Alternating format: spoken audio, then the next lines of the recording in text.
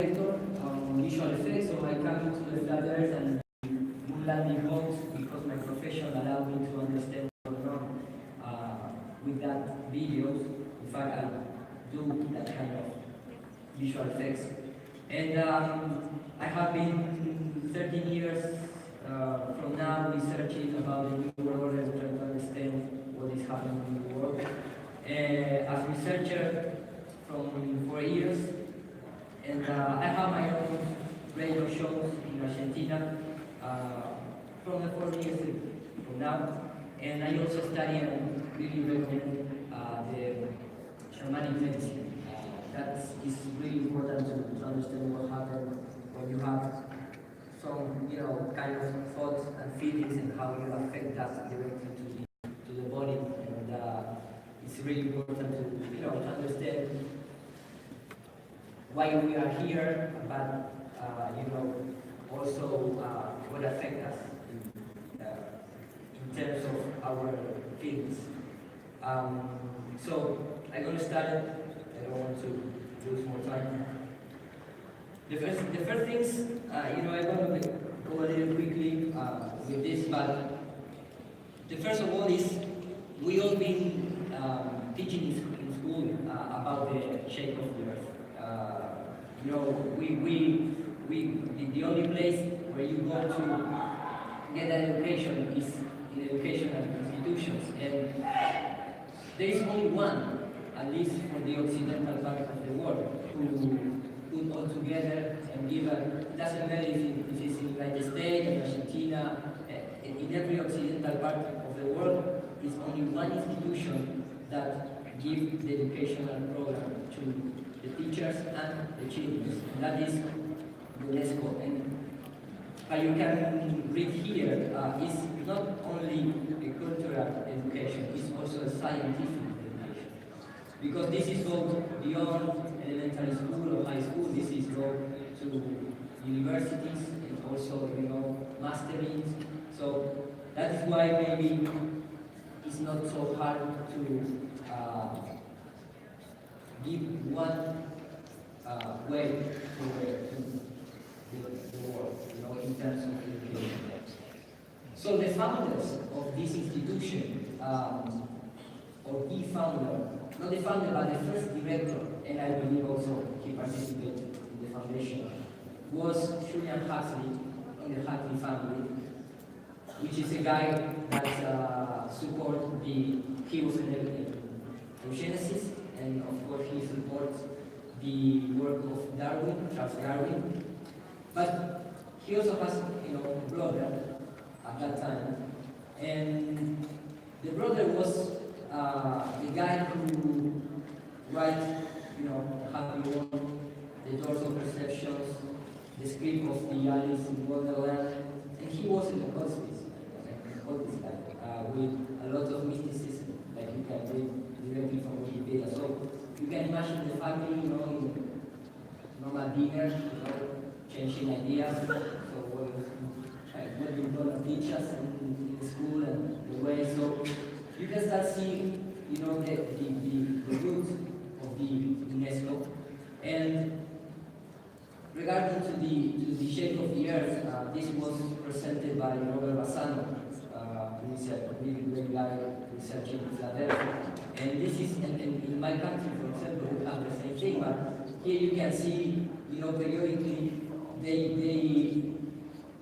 make this kind of statistics, pick up group of children, in this case from Greece and from the United States, and start asking questions about for them how is the shape of the earth, what happened with the day and night cycles, is this really something like a cool attract the things to the center of the sphere. And of course the natural response of the child is like you can read here. They don't agree with that. The common sense and the natural feeling of the child is like the earth is flat, the day and night cycle is because of the moon and the sun moving around the earth. There is no center that fully know the things to that centrist, it's just common sense, nothing like that, nothing more than that. So when you read, for example, both the Greeks and the American children conceptualize that the Earth is as flat and stationary, and it was located in the middle of the solar system. That is the first perception. So they create this institutional program to change that. Of course, the best, when you are a child, you cannot even discuss or understand what is going on. So they brainwash very quickly. But when you go to the university, they do the same thing. For example, this is a paper from my university in psychology, and immediately you can see the tendency. They teach you the heliocentric theory, the evolution of the species, and the discovery of the consciousness. So it's in every step of the life, the brainwash continue because they need to create this kind of propaganda behavior when repeat and repeat and repeat. Doesn't matter the age, doesn't matter the culture, the country. The idea must be that the Earth is a sphere rotating around the sun because that is the only way they can control the world. So when you start looking into the real professions to study, there is only one in that list that you cannot study. And of course, that is the astronaut profession. You just, for me a Pope, for me a 33 Freemason degree, or for me an astronaut, it's just only by selecting with a finger. It doesn't matter what your skill lies. It's just, is that how it works? It's some place of privilege, and we as a people, we don't have any chance to select. We don't vote for the Pope, we don't vote for an astronaut, we don't vote for no one, even for the director of the ONU, of the UNESCO. So they create this illusion that we live in a free world, where we have the opportunities to select things, but we don't. We just select puppets like politicians and nothing more than that.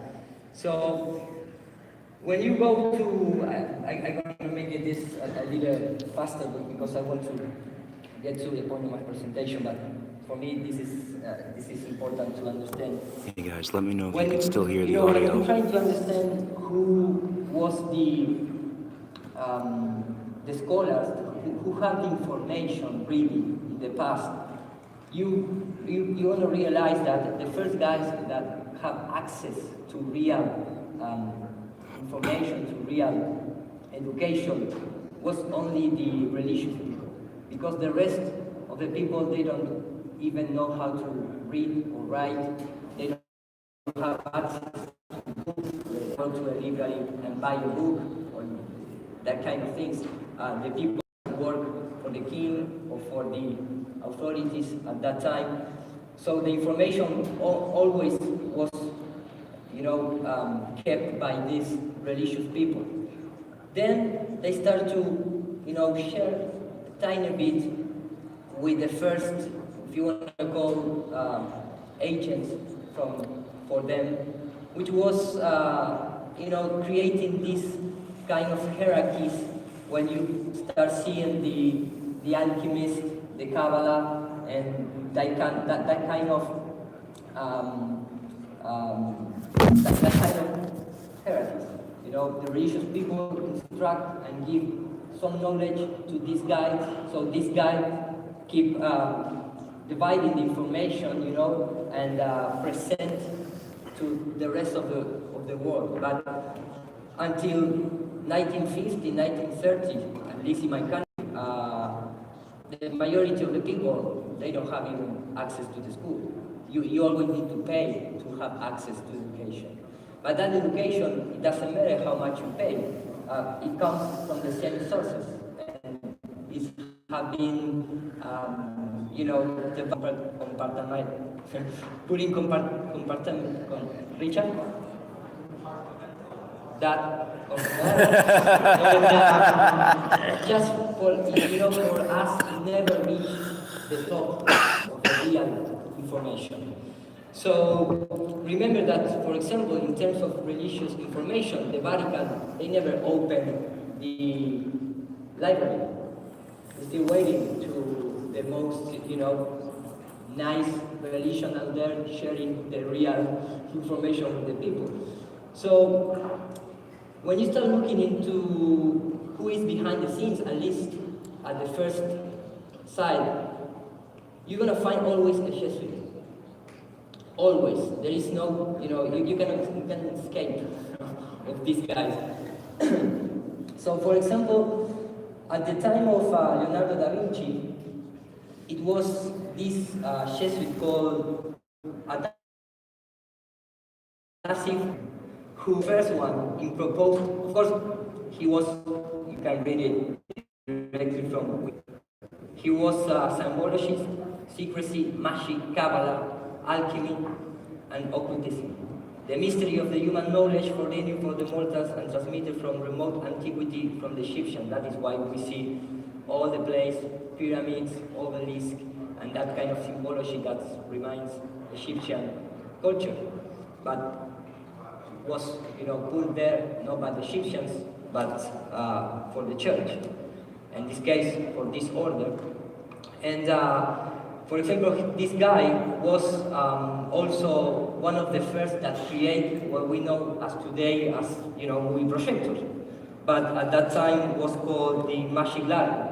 And you can see here on the bottom. Of course, the picture that they're going to show us is like a demon because, they base their knowledge based on fear. To control us by fear, by putting ideas that doesn't have any sense but produce fear in your mind, so it can control you. But when we see that, kind of really close relation between Hollywood and NASA and Hollywood being the holy good, created, but all this organization is because they actually was the first guys to create a movie projector.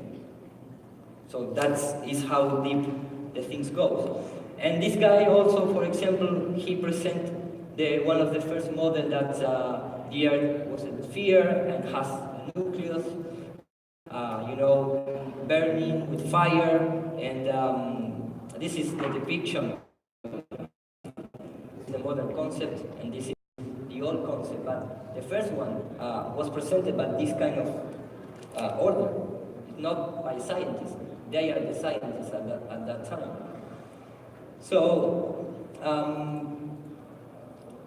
don't forget that the Vatican has the Mogli library. And after a couple of centuries, all that information was put together, and they the Jesuits also create the Freemasonry. It's simply as that. They create this kind of, they subdivide the things to control more easy. And to the 70s and 18th centuries, where the Freemasonry really start to get important into the society. The first one, the father of the Freemasonry, the modern Freemasonry, was this guy called Elias Ashmole. He was considered the father of the Freemason, and he also works with astrologers, with alchemists, with mathematicians. He found the Royal Society of London, the Philosophical Society of Oxford. So you can start seeing this concept, but the real knowledge of this guy was Egyptian and Hermetic, studies. So we back again to the Babylon, to Egyptian culture. And after this guy died, he wrote a lot of books, trying to talking about the solar system of the Earth system. Of course, they kept, the real information for the highest ranks in these societies, and for the rest of the fellowships, they just give, not real information. After he died, the guy who comes to, to be the first keeper of the museum of Elias Ashmole was Robert Plot, and it's really, interesting because this guy at that time in the early, in the final 17th century, he proposed the idea of the dinosaurs. It wasn't Charles Darwin or someone else in the 19th century. It was this guy, and this is the first depiction that he made. And this is like a velociraptor or that kind of class of dinosaur. And he also proposed the first crop cycles. So the same guy at that time proposed the idea of the crop cycles and the dinosaurs. And nobody teaches this in school or universities. I don't believe that, the guys who study evolution knows this. I never heard some, scholar talking about Robert Plot. And we know the relationship between the crop cycles and what is called that the blue bean or the fake alien invasion that Rob Skiba always show, because this is a relation. This is how deep the things go, because this is not just 100-year thing, 50-year thing. This is not start on the moon landing or on the rocket of the German rocket technology, and from that point of the history start all this fake, the space. This is really gold in our history. So for me, the dinosaur is just like put the different green animals into the mixer and make this magic thing. Because when you really start looking to the dinosaurs, you can really see like a reverse engineering of the real nature, and they only painting green, and add some kind of spikes to the column, and you have the dinosaur. And without offense, any professional in the field, but it's really nobody really found any real skull of the dinosaur or real body, entire body. It's just presented by Freemasonry, basically. So the first universities and our days schools are created by Jesuits. In fact, Loyola was the founder of the Jesuit order, and you can see, when, for example, you finish the studies in university, when you dress like this, it's because they are dressing you like a Jesuit, and you don't even know that. It's like you become a Jesuit, and you can clearly see.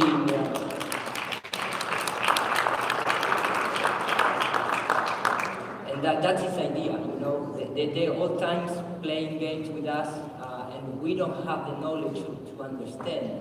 They don't hide that kind of thing. We are the guys who don't understand what's going on behind the scenes, and that is for a reason. It's because we don't receive really true, freedom of education, and some people do. Some people really have a good education, and maybe one of the most, out there, free information to get for free is the system of the trivium and quadrivium education, which comes from Greeks. So we must be looking, a little closer, because we understand that the books that we receive today, it's printed by the same guy that control the world. So you must be really do, comparison and trying to get many different sources and trying to compare and, make your own education, if you want to see it that way. And something that to me really, start putting the things into place about talking about freedom and slavery, it was the word family, for example, which is a word that we used to, we use in our daily basis, we think that refers to something good, but it's family is the group of slaves. This group of slaves, literally. If you go and look and do the same research, you're gonna find that, because it's there in the dictionary. Anytime you refer my family, it's like saying my group of slaves, because the real word is my bloodline. It's not the family. The family is the slave that worked for the Romans guys. And that is how, you know, they play games on us. And for understand this kind of thing, you need to go to the roots of the language, and it's, you know, it's a difficult thing, but you need to do it. It's, you know, it's not easy to break this matrix. So when you start, you know, putting all this together, you're gonna start. You're gonna start to understand the importance of the symbols and numbers that this guy used all the time, you know, for planning, you know, like false flag, or for planning events that they control and they want to give, you know, some kind of message. They use gematria. You know, the numbers in the letters, we come from the Greeks, we come from that system of education, like trivium, quadrivium. They use it because it's a really nice system to communicate, you know, and we as a normal people, we don't have that knowledge, so for us it's just, you know, letters and, you know, random numbers, but that is really far away from reality. So when you start studying this kind of thing, you immediately going to be aware that the modern guys follow the Aleister Crowley gematria.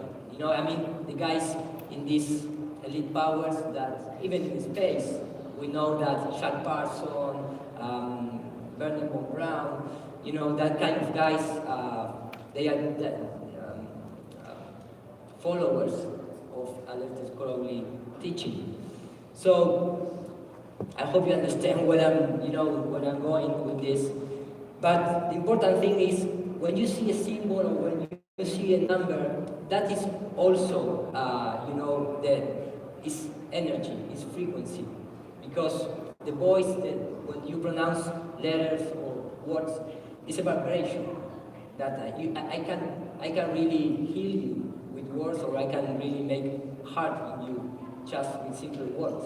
It doesn't matter if it's a physical contact. It's always in energy. So, for example, when we follow the teaching of Nikola Tesla and we repeat things like, if you want to find the secret of the universe, think in terms of energy, frequency, and vibration, we used to just think in terms, you know, to understand the space or the matter here of the energy just in the lab. But they used it that, you know, this elite power used in those fields, but they also used in these other fields, which is in the communication, in the social communication. So the idea behind all this introduction is, you know, trying to illustrate a little bit or mix a little bit the energy manifestations in terms of, you know, real science, you know, observable science, but also in terms of perceptions, energy, you know, sublime energies that affect us all the time. In fact, the most important energy that affects us is our own thought and our own feeling. That is why I mentioned the shamanic medicine at the beginning. So, you know, I just for reference, I created this simple word. What I tried to do is mix this concept of the gematria and the matrix, you know, the thing behind the elite code, if you want to see it in that way. So I'm going to play a little clip about 3 minutes, 2 minutes and a half, that is going to explain a little bit this intro better than me because it's in English. So after this, we continue. But this is a really, you know, short video to illustrate what my point is.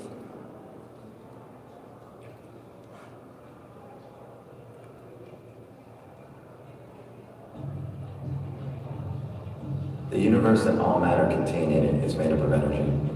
The elite have knowledge which we don't possess regarding physical phenomena such as the significance of ley lines, and numerology. Some ancient civilizations also knew things which we do not, such as the knowledge of stargates and the use of certain shapes or performing certain acts or rituals to gain access to a higher state of awareness. This knowledge has been passed down from these ancient civilizations, and the elite have kept it hidden to themselves. The elite enjoys certain knowledge that the spiritual realm not only exists and at all times interpenetrates our world, they also know how to manipulate elements of these spiritual dimensions to make things occur at a given place and time according to their wishes. On the more mundane level, they know how, through the manipulation of words, sounds, and symbols, to change people and the flow of events of the world in which we all move. If magic can be defined as the art and science of causing change in our world to occur in conformity with will, then the forces who know with a certainty that the spiritual realm exists as a part of our ordinary sensory reality have also learned how to bend, shape, and manipulate that reality and the people within it to effect change which will benefit them and create realities in their favor. They do this magic through elaborate rituals, predictive programming, and subliminal manipulation, through films, media, and music. For millennia, they have known the power of the unconscious and superconscious mind. They use them against you because you allow it. Subliminal sound and graphics have a massive impact on your day-to-day life, whether you notice it or not. As we sleepwalk through our daily lives, we rarely question what may be happening in the world of manifestation, the spiritual world, where what is to become real begins to form and take shape before it actually appears in our physical reality. This is magic, and they conduct this magic in plain view.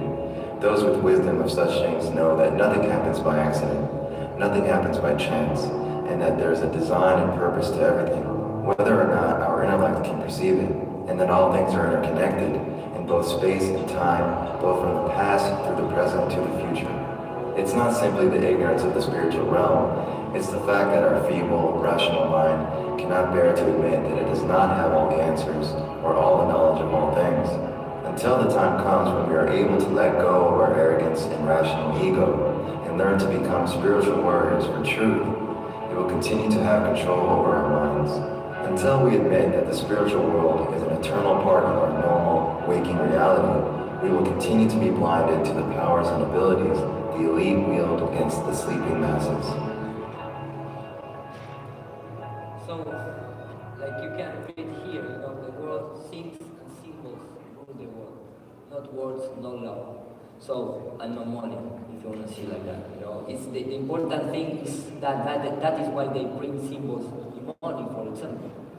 So, when you become aware of this kind of, elite code, you're gonna start to see the things different. For example, when you start to compare, Asian concepts with modern concepts, you're gonna start to see, for example, in the past, the same religious people that rule the world today, they worship Baal. But at that time, Baal has these depictions, like a bull, Baal, with horns, and this kind of image that we perceive as bad image because it has horns. It's not a really bad image. The horns refers, for example, to the Fibonacci code, things like that. But they try we get away of that information based on fear. So they create this kind of bad image to produce fear in us. So we reject that kind of knowledge. So the modern concept of worship Baal is just a ball, and they put it to worship their God again and again and again, just with different, art concepts. So in fact, they're talking about that in the Earth, the Earth, because it's a sphere, it has a radio, and if you know Spanish or Italian radio, if you just divide Ra, Dio, it's like said the God Ra, which is the sun in the middle. That is why they trying to make us believe that there is like a sun inside the sphere. In fact, for the people that believe that the hollow earth, they believe that they have the God Ra in the middle, illuminated, from the inner core. So it's all the time they use the same kind of concept. And that is why they, do this kind of ritual all the time. It doesn't matter what time in history you look at. For our modern world, we have this kind of ridiculous, ceremonies where they go and touch the wall and make this kind of ritual, and people out there looking this and they believe that this is just simply protocols and ceremonies without any importance. But when you go to the past, you're going to see the same kind of behavior in the religious institution, because they need to use this concept to rule the world and to putting us into a symbolic jail. That is why, for example, they draw a sphere with latitude lines and longitude lines. It's like being inside a shape, simply as that. So, when you, at least in the occidental part of the world, when you go to the who is behind, immediately is going to jump two institutions. And one is the Catholic institution, the religious institution that rules the occidental part of the world, and also the Jewish people, or the Jewish, masters, not the regular Jewish people. And they have both. They have really, similarities that at least can make you doubt about, if they are really or not behind the scene. But they have, if you want to understand the education that we receive today, read the Zion Protocols and the Secret Monitor, which is the equivalent of the Zion Protocols, but for the Jesuits. And that, we all hear about the Zion Protocol, but I don't know how much people hear about the Secret Monitor. I don't know if anyone of you know that or read that book, and it's terrible. It's a strong reading. So you can see all the time the actual religion is a Egyptian Babylon religion. I think you can really find that very easy. They have their own. They share the same concepts, the same ideas, the same agenda behind what is going on in our world today. And when you start transferring all this information to the science, for example, you're going to see that all the important scientists or characters in the histories, they share the same kind of institution or education, because they all are or Jesuits or Freemasonry, which is like a branch of the Jesuit order. So that is why all the time you see these symbols of the square and compass, the hand, inside the jacket. It's everywhere. It's everywhere. In fact, in our day, we have in the $1 bill. So even they have their own Bible. When they in the Masonic Bible, this is my personal opinion. I don't want to offend anybody, but for me, the Bible has so many keys to understand what is really going on in that kind of book. Even all the religious books, there are really secret books, if you want to see like that. So you must have a lot of knowledge to understand what's really is for interpretation or for being literal, that kind of thing. But the Guys, religious, like the video so Catholic more people Church, can see it. they take all the concept from the Egyptians. So when they create the characters like Jesus or the apostles or things like that, they are depicted the sun worship. Is if you start, for me, express this in English is a little difficult, but if you do that research, you're gonna find that that kind of comparison. So, for example, for the Masonic guys, they go directly to the original meaning. They don't hide behind names or characters. So they for their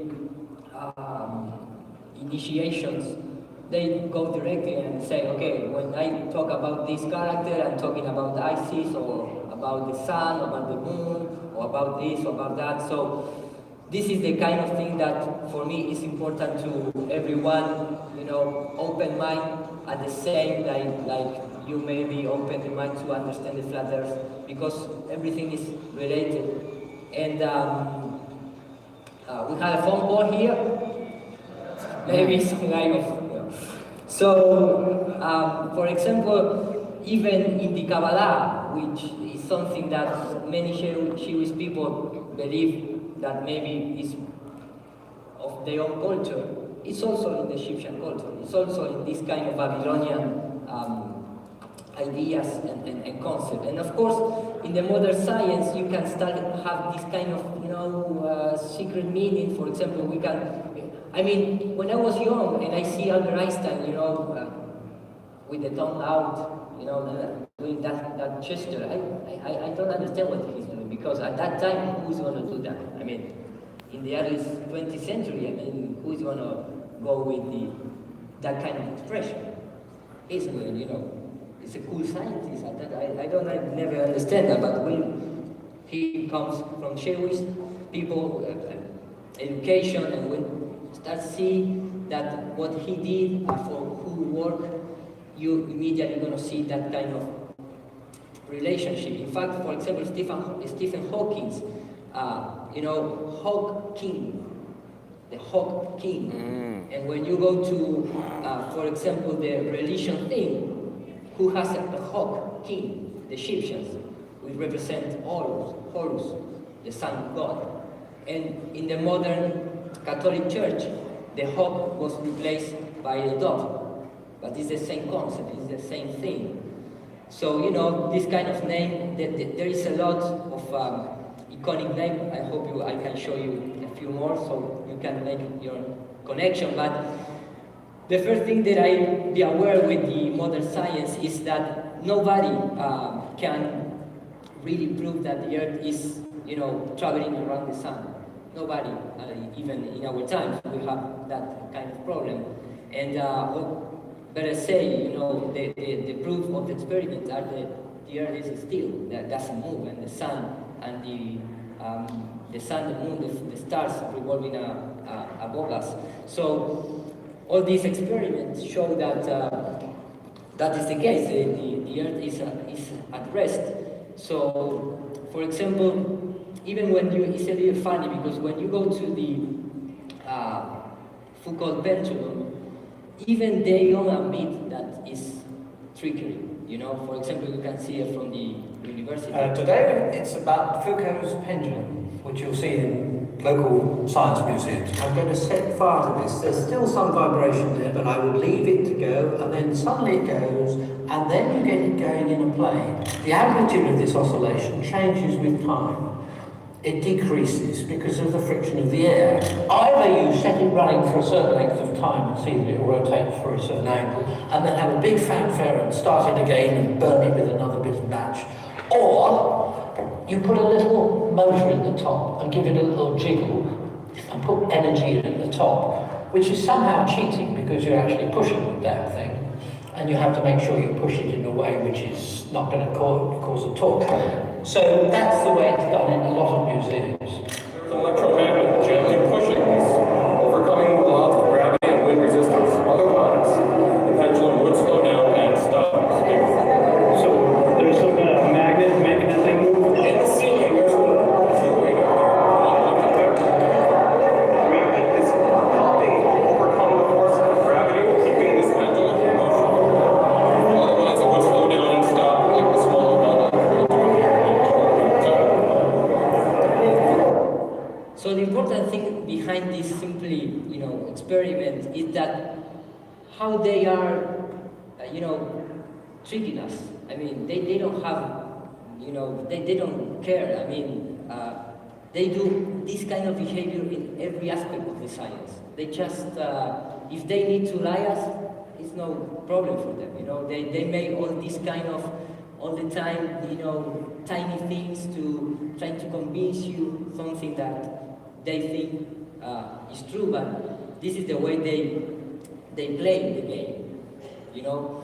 So even nobody talks about, for example, the alias problem with the pendulum Foucault pendulum. It is only in the days that we have an eclipse of the sun, the pendulum stops and doesn't rotate anymore, just make a straight line back and forward. And that kind of things, in the terms of science, is telling us that there is some kind of field interacting with this kind of energy, movement, you know, magnitude, waves, you can call it whatever you want, but there is something there. And I'm going to play this little clip. We know, of course, there is an ether out there, but... There was a belief that there was an invisible web of energy that connects everything in the 1800s. And scientists were in a very heated debate, very controversial, as to whether or not this field exists. There was a very famous experiment that was conducted to determine if the field, called the ether field, actually existed. The very famous Michelson-Morley experiment. In my opinion, it was a good experiment. However, it was poorly interpreted. For over 100 years, our science has been based in a belief that is incorrect. It's incorrect. Now, this is very interesting. 100 years later, 1986, the United States Air Force replicated the Michelson-Morley experiment. They published the results in the very prestigious journal Nature, the scientific journal Nature. They repeated the experiment with good equipment, much better equipment. The bottom line is that the field exists. They found that the field is actually there. This is reported in August 1986, the journal Nature, volume 322. They said, the field is there. Now, why don't we know about this? This should have made the cover of every major magazine and newspaper. This should have been on CNN headline news or Sky News. But this changes everything for the scientists. Because the textbooks all say the field is not there. Entire careers are based on the field not being there. So the thing is, for example, you know, when you look into the Michelson-Morley experiment, who have the hand behind, you know, inside the jacket, and we all know that kind of symbol. This is Michelson. So in fact, Morley, he never was, you know, really convinced of the first experiment. That is why we have Michelson-Morley, and then we have the Michelson-Gale, and then we have the, well, you know, all that kind of experiment. But they also, you know, use the scientists that they can control, because they financial this kind of science. In fact, we have news at that time of the Einstein time that you know, the relativity theory is more than J.P. Morgan than the Albert Einstein. And the same thing happened, for example, with Galileo. Who gave the money to Galileo to build the telescope was the church. And that is why all the time we can see this kind of relationship. Even in our modern days, we have this kind of character like George Lamette, who was the guy behind the Big Bang Theory and the Hubble law. So the things are still the same. The financial, you know, institution is the same institution as the beginning of time, if you want to see it in that way. So I'm going to jump a little forward in my presentation. Sorry, guys, but I don't have much time, and I want to try to look at a few things. For example, in our modern science, they all admit that it is based on things like Kabbalah, for example. I'm a theoretical physicist, and I like to say that I walk in the footsteps of giants like Albert Einstein and Niels Bohr. I'm not a philosopher. However, I am rather dazzled by the fact that many of the basic mysteries that we find in string theory, the theory of everything, seem to be mirrored in the Zohar and in the Kabbalah. As a scholar, the most amazing thing of all is the degree to which modern astrophysics sounds like a Kabbalistic text. When I first made the correlations between Kabbalah and science, I was stunned. We do know that Isaac Newton had access to certain mystical texts, certain texts of the Kabbalah. Well, the Kabbalistic description of creation is coming from a single little point, from a speck, and of having matter form and time and space form all together at the very beginning. This sounds very much to me like the description of the Big Bang. I couldn't believe that the Kabbalists could derive these truths without really doing any mathematics or physics. All the things that could destroy string theory, all the things that do destroy every rival theory to string theory, they are all eliminated in precisely 10 and 26 dimensions. These dimensions are magic. These dimensions are magic. We physicists don't know where these dimensions come from. The Zohar says those things and consider a lucky guess. I don't know. It's rather amazing, this uncanny reflection of some of the most advanced cosmology that are mirrored in the Zohar and ancient Kabbalistic texts. So they are alchemists. That is like the same thing as antiquity, but this is modern alchemists. They are not, the real scientists that we believe that these guys are. And these guys are, teaching to other people the same kind of concept. And that is why, when they try to, this dimensional magic, it's like saying, show me an atom, or show me a quark, or a graviton. They're magic. There is no any particle. Show me a particle of the magnetic field. Show me a particle of time, because you tell me that you can bend time and curve time. How can I curve something that doesn't have any geometry? So it's just magic for them.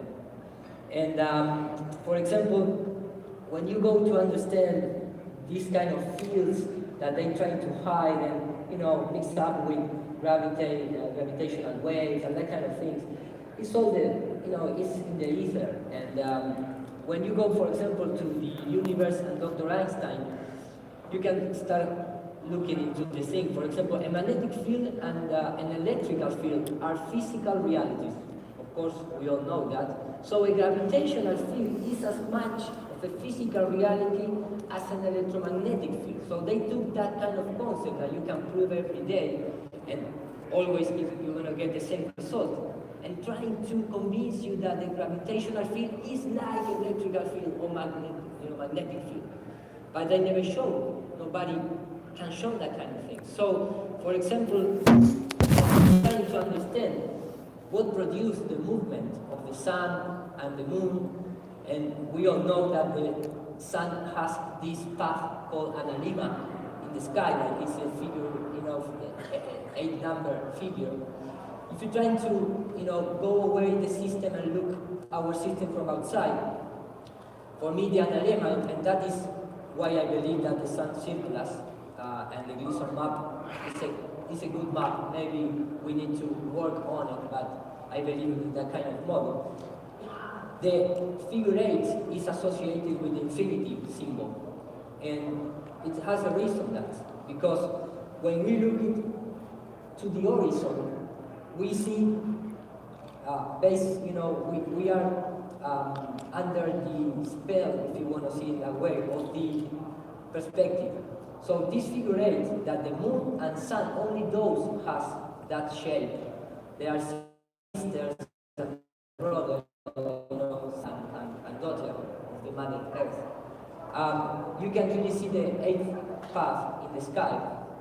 But in fact, we are seeing, like collapse in the layers of the atmosphere and the perspective and that kind of thing. But if you can go outside and look it from the top, you're going to see this kind of infinity circuits.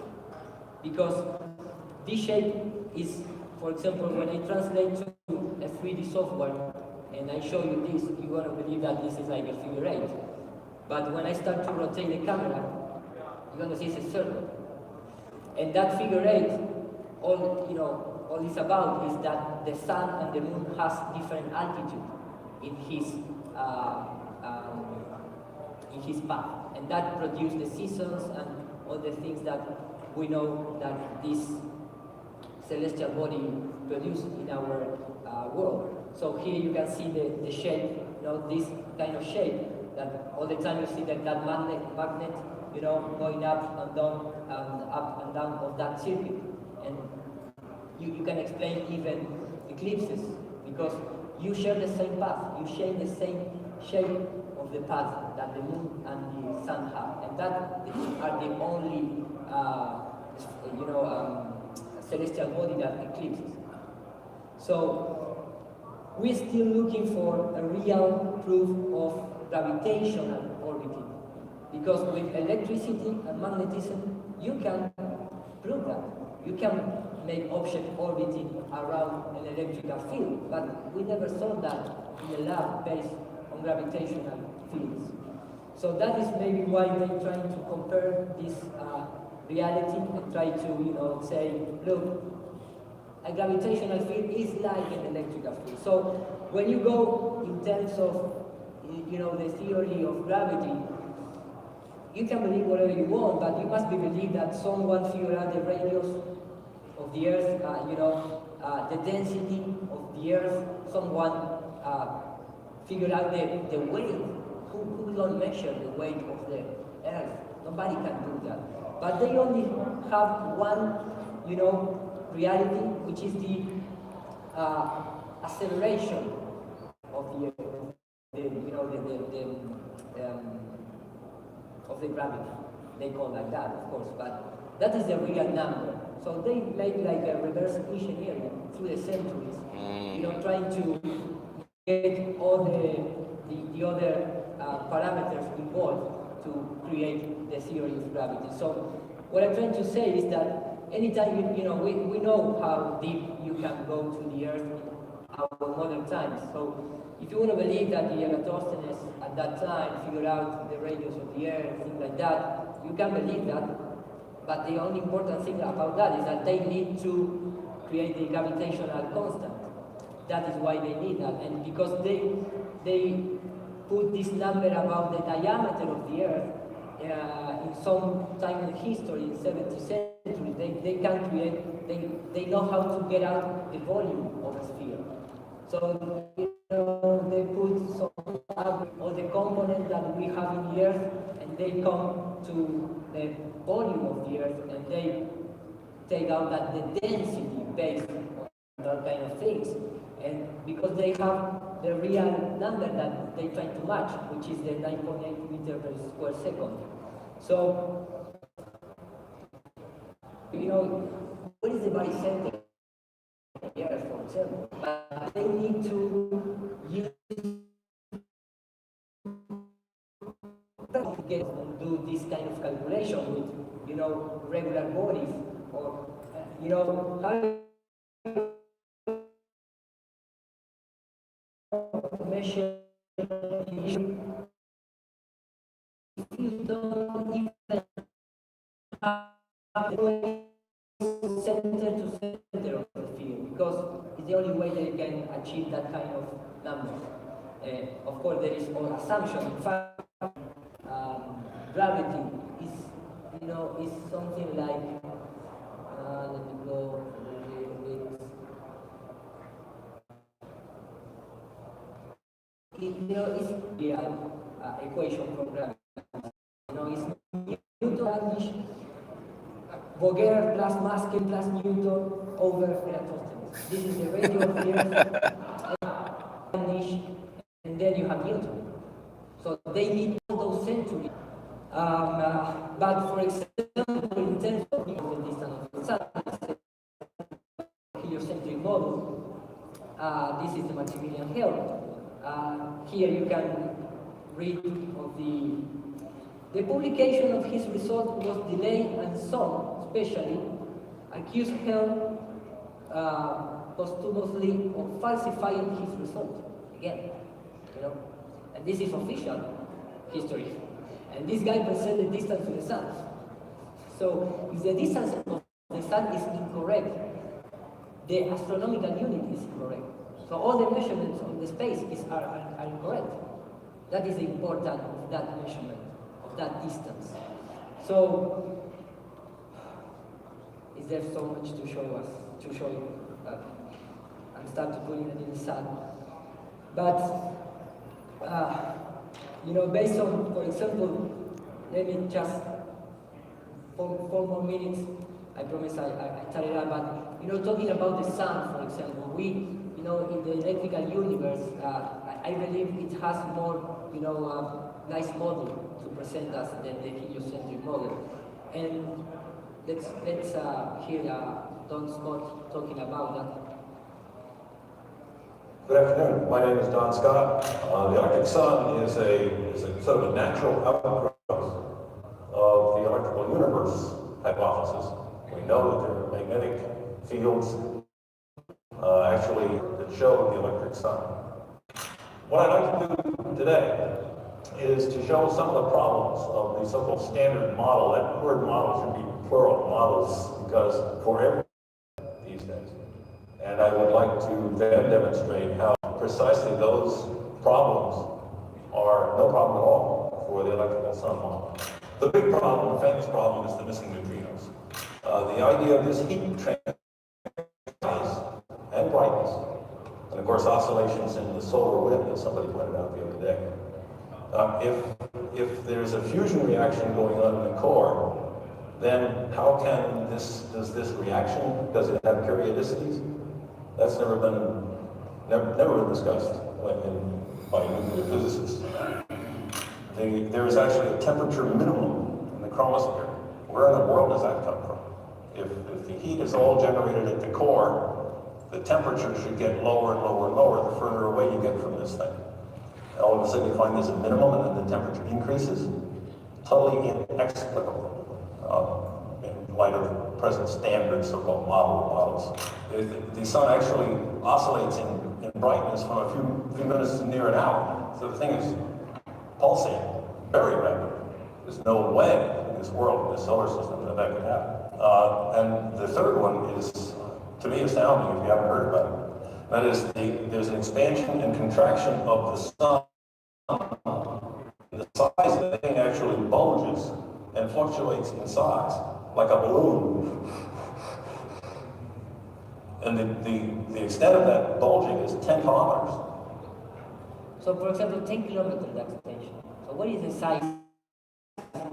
Or they're going to detect 10 kilometers? You know, but this guy is talking more seriously. And when you remember, for example, the FACO presentation about the model of the sun in the computer model, you can really see how this thing breathes. And, you know, generate dynamics, vortices, magnetism that move the, you know, the water currents and, you know, give us life in every way or shape or form. So, and that happens in about a period of about 160 minutes. Where did that come from? How do you explain it from the so-called standard model? So, you know, these kind of things we must start to get into consideration, because we believe, you know, like in life, we used to think, because they think, you know, like to be with one point to the other is a straight line, but in nature, it's never a straight line. Nature uses spirals, you know, vortices. That is the way that the nature really behaves. And when you start looking, you know, in things like electricity and that kind of thing, we have the model just simply of that. I mean, you don't need gravity models, because with electricity and magnetism, you can produce, you know, attraction, repulsion, you know, buoyancy, levitation. It doesn't matter the material. It doesn't matter if it's plastic or wood or water or iron or metals. It's all the same. You have it there, you know, in our own face. In fact, when you know, plug a magnet directly to water, you're going to have this repulsion. So the sun, when circuit around the Earth, produces a lot of dynamics to our planet, to our plane. You know, we don't need. In fact, I don't have the time to show us, but to show you that the Mach, the scientific method, the guy behind the speed of the sound, he talks about if you have a firmament moving and we have a field like the ether, that produce all the dynamics that we need to explain our, life model of the Earth and all the, weather, currents. Look, for example, this here. You get close to a magnet, you're going to move the water. In fact, it's not just that. I don't know if I have in this video. I didn't. But there is a guy very famous on the internet that put a magnet near to a mice and also push it. So the orientation that the supposedly gravity produces is just an electrical orientation. It's like talk about electric gravity, and that is why the thing's falling down or goes up. You don't need the gravity force to explain that orientation. And well, I have a few things more to cover. Here you can see the comparison between electrical fields and the sun corona, ejection. For me, it's more electrical than fire. You can clearly see in this kind of comparison. We have the moon formation, even our, with this I close in the presentation, but for example, even surface feature in our own plane of existence is formed by electricity. If you go to the Thunderbolt project, you can clearly see that in really profound detail how you can form, surface detail in our plane of existence. You can clearly see how you can create dunes, mountains, valleys, craters on the moon. There is a lot of craters. There is one or two models of the crater that we see on the moon that the normal science can explain, because it's not formed by an impact. You can have rivers based on electricity, the path of the river flow. Every little aspect that we see in our, real life model, you can replicate based on electricity. And remember the Greek concept of Zeus. Zeus created the world with thunder. So maybe our plane of existence was created, by electricity. At least you can replicate these models, and with the standard model you cannot replicate. And I'm going to finish with this simple video. Please allow me to share this, because you're going to see here a replication of our sun, of our energy models, and all the time they need to clarify that there is no base in gravity models. It's based on. We're so excited to be here today.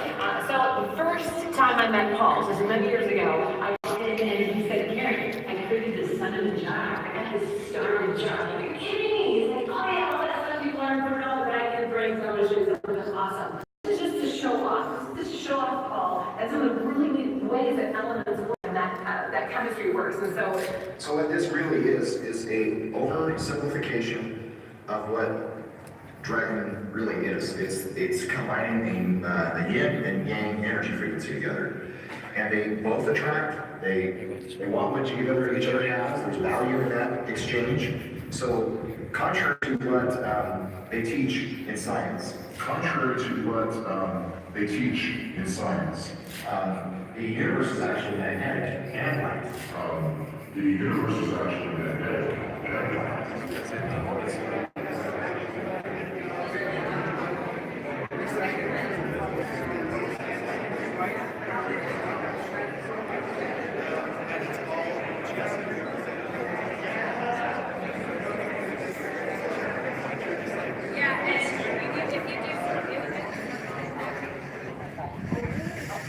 Okay, hope you enjoyed the presentation. I have to go check out before they charge me for another night that I cannot afford. Ooh, beautiful in this hallway. It smells like marijuana. Anyways, it's a beautiful thing. Living in Denver. So yeah, I hope you enjoyed the presentation. I have to wrap it up now. I gotta run this incredibly long hallway. to get back to my room. So, but I'll be here. This is the final day of the conference, so a couple of things going on. Flat Earth Man is going to be performing live later on. And so that's it. So I hope you enjoyed it, and I'll catch you guys later.